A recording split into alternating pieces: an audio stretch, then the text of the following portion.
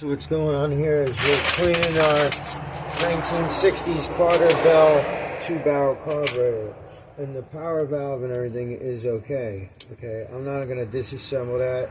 I'm not even going to mess with that because sometimes those crack. And basically it's functioning good. I'm going to clean that now. I did want to get the butterflies out of the bottom piece because they were really crusty, and funny enough, one screw was gold, whatever, but one of them was loose, so I wanted to get them out, and I wanted to be able to soak it, so I removed that. One gasket's still good. I may or may not reuse it, but it's expensive to buy other gaskets, so I'll get a roll, and I'll cut this out with an X-Acto knife. I did have punches, but they got lost in my mess.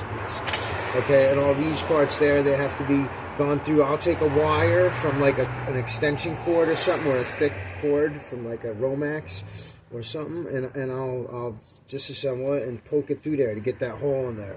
No smarter than anybody else, but this is the same kind of video. Only I'm speaking a good language, but you may understand.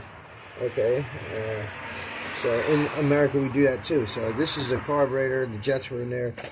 You know, what I'm curious about is because I've had other carburetors in mine that I've had to assemble from multiple ones. So these jets are 120, 392. So I'm going to look at mine and see what they are, because I think mine are smaller.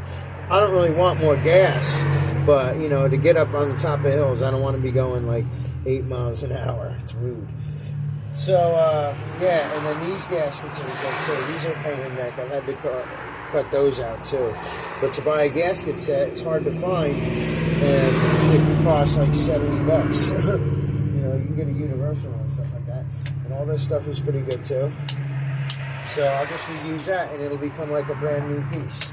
But I'm not even going to put that on chemicals, and I'll use a rotary tool with a wire wheel because I'm older now for this stuff, and instead of a razor blade.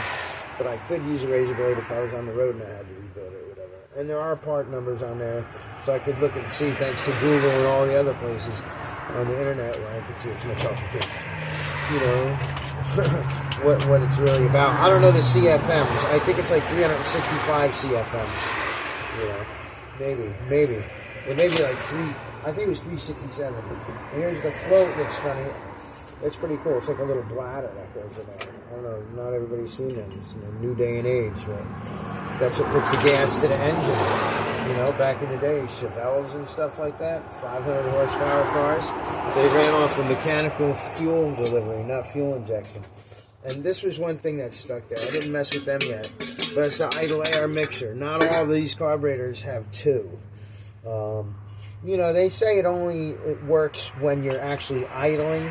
I don't know if I believe that, because I would think that if there's an airflow ability, that there's some kind of vacuum going to suck air through there, even at a higher speed, and speed at all. So I'd say they do make a difference. So how you tune them definitely comes into play with different climates too, because if you go in winter climates, like Florida driving is way different than like Vermont driving or North Carolina driving for your carburetor.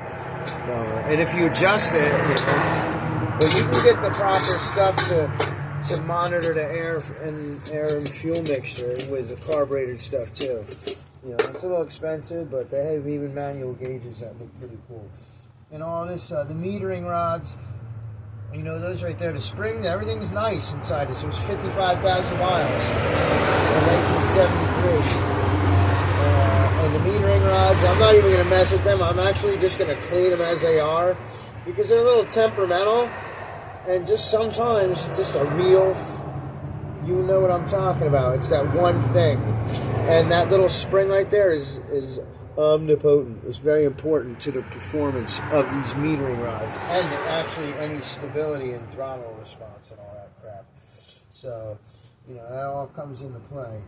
And yeah, so, and this one, the spring, for some reason, there was little tiny, like, I want to say microbes, but there was like little snail inside this thing, little, like, microscopic almost looking snail particles and carcasses. I don't know how they got in there. I mean, they could have actually traveled through the fuel line, but there's a check valve inside there too. So they would have to have traveled in there and through the fuel line in that little tiny spot. And it looked like spider carcasses, like there was a spider inside this parked 20 years before. It was the last time it was running or something like that.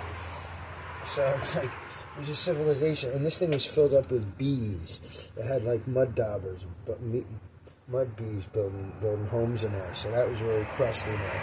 Cool little piece. Looks like something on Star Wars, the Land Cruiser.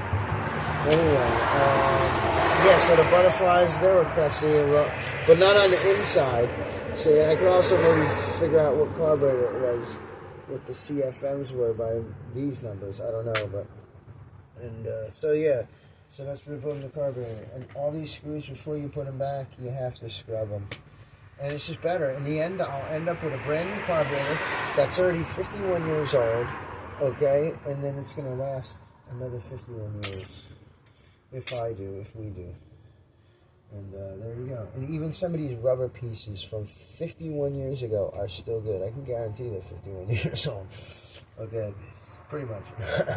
But, like, it's amazing. Rubber pieces now, 2 years down the road, boom.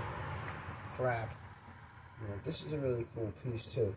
There's actually little channels in there, and that's why I say with a wire is the best thing, because the wire and like solvent works so good, because you need to get up all in there, and then get all in there, and then it goes, you know, and it's interesting. It's really cool how they figured out the Venturi system. You know, and this is a pain in the neck right up front, because you may forget which side it is. That's why the phone comes in today to take pictures. But guess what? My ego allowed me not to take pictures, because I think I'm smart enough to realize by myself. So we'll see how that works. See if I get pissed off enough. This is the one that usually gets me, because it binds as you're putting the two pieces together. But I found out that this one is early, and you don't have to separate the two pieces to get this out. It doesn't work like that on this one, because this other clips, or maybe the other ones I had were all screwed up. Who knows? And this is funny, but it works. Have a nice day.